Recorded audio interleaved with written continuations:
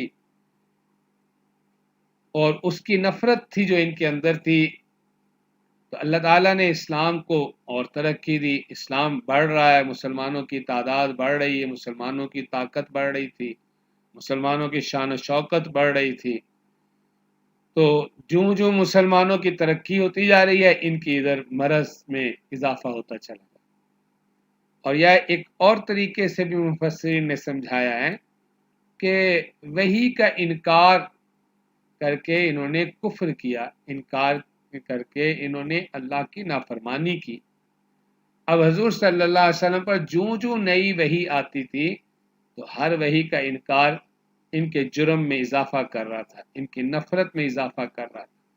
حضور صلی اللہ علیہ وسلم پر اللہ کی طرف سے رحمتیں نازل ہو رہی، آپ پر وحی مسلسل آ رہی تھی، اور جتنی وحی آتی تھی ان کے لیے اور جرم میں اور نفرت میں، اندر وہ جو بیماری پالی ہوئی تھی حسد کی، بغض کی، کینہ کی، اس میں اور اضافے کا باعث وہ بنتا چلا جاتا تھا، اس وحی کا آنا۔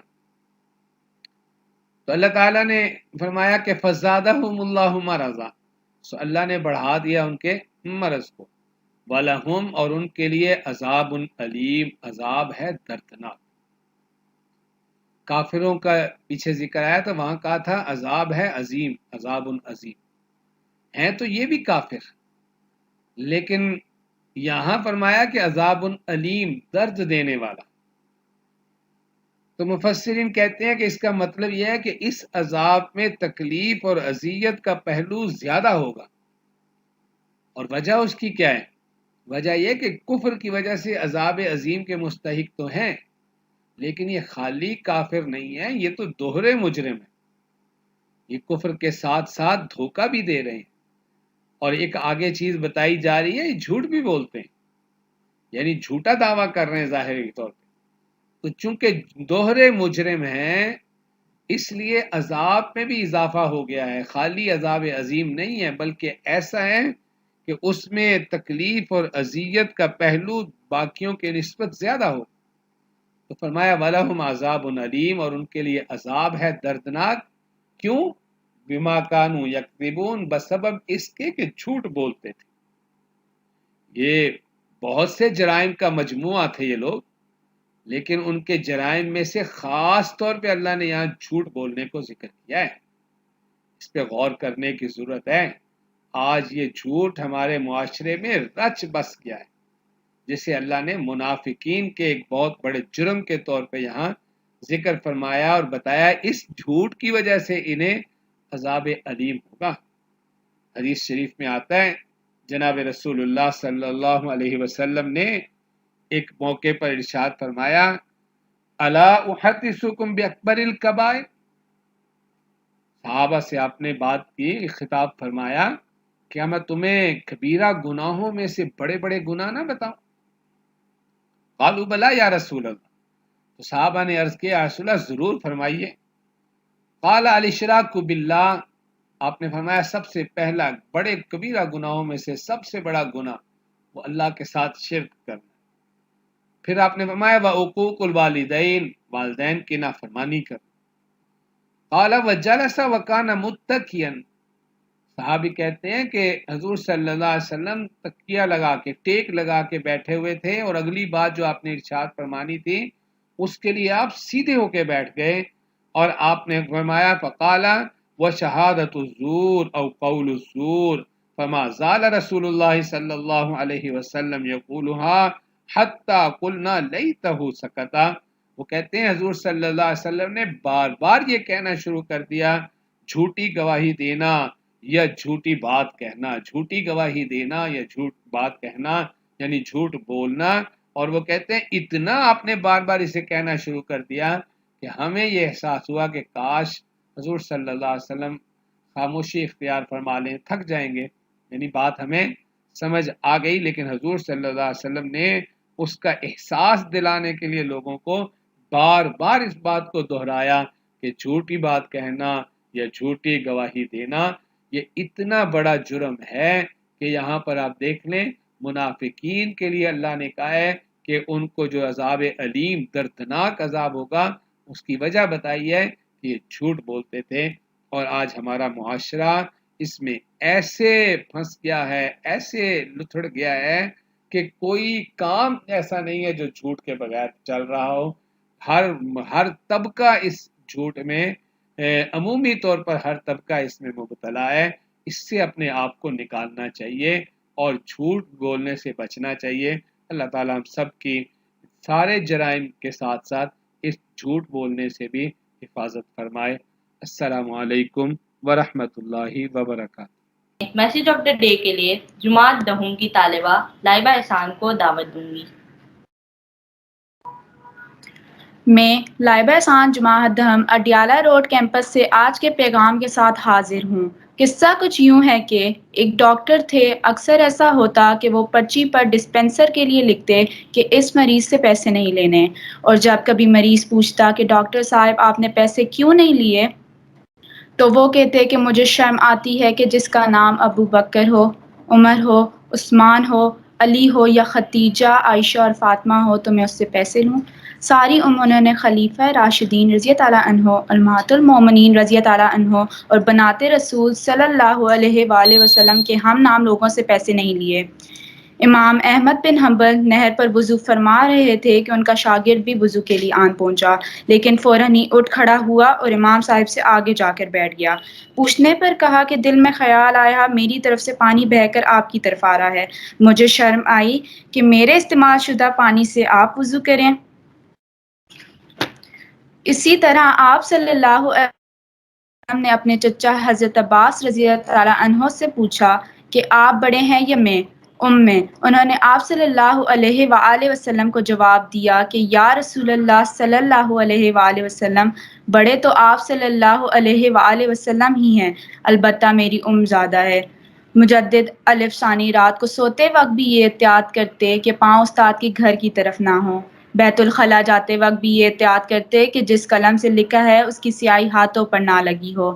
ادب اور تمیز کا یہ انداز اسلامی تہذیب کا طرہ امتیاز رہا، اور یہ کوئی برے صغیر کے ساتھ ہی خاص نہ رہا بلکہ جہاں جہاں بھی اسلام گیا اس کی تعلیمات کے زیر اثر بڑوں کے ادب کو خاص اہمیت حاصل ہے۔ ابھی زیادہ زمانہ نہیں گزرا کہ لوگ ماں باپ کے برابر نہیں بیٹھتے تھے، ان کے آگے چلنا اور اونچے بولنے کو معیوب سمجھتے تھے، ان کے حکم پر عمل کرنے کو فرض سمجھتے تھے۔ مسلمان تہذیب کے ایسے ادب کے قرینے صرف والدین اور اساتذہ تک محدود نہیں ہیں بلکہ رشتوں کے معاملے میں بھی ایسی ہی احتیاط برتی گئی ہے۔ ہمارے معاشرے کے زوال کی بڑی وجوہات میں سے ایک بڑی وجہ یہ بھی ہے کہ ہم نے اپنی اسلامی اور معاشرتی اقدار کو مغربی تہذیب کے آگے جھکا دیا ہے۔ اللہ تعالیٰ سے دعا ہے کہ اللہ تعالیٰ ہمیں تمام برائیوں سے محفوظ رکھے اور ہمارے نفوس کا تزکیہ فرمائے، آمین ثم آمین۔ شکریہ لائبہ۔ آخر میں آپ سب سے اس بات کے ساتھ اجازت چاہوں گی، انسان بزدل اتنا ہے کہ خوابوں میں ڈر جاتا ہے اور بے خوف اتنا ہے کہ جاگتے ہوئے بھی اپنے رب سے نہیں ڈرتا۔ شکریہ، اللہ حافظ۔